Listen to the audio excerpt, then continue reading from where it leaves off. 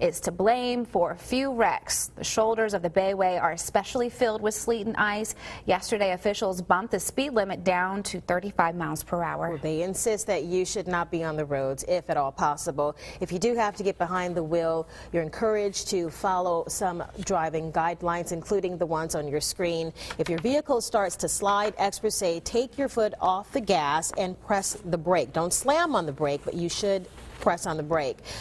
Don't make any kind of exaggerated movements. That's the wrong thing to do.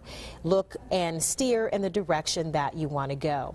Now, we do have some information on de-icing your vehicle. Our Matt Barentine has the details on that.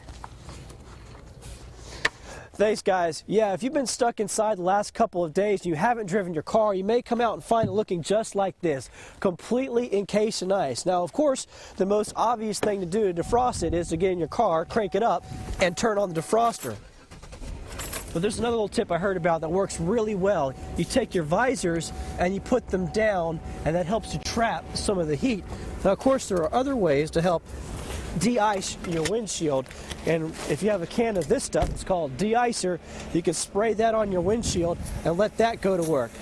Now, of course, unless you're some sort of Boy Scout, you probably don't have this stuff, but it's made basically of rubbing alcohol, so you could make this at home. You take 2 parts alcohol and 1 part water, mix it up in a spray bottle, or you can also use vinegar. Do 3 parts vinegar, 1 part water, mix it up in a spray bottle, spray it on, and then you'll have to start scraping it off. Now, of course, you can use a credit card, but you know, credit cards are flimsy and won't do you a whole lot of good. You pick up one of these too, though. You might have this laying around. It's a little putty knife, and that will help you a good bit get off some of that ice off your windshield.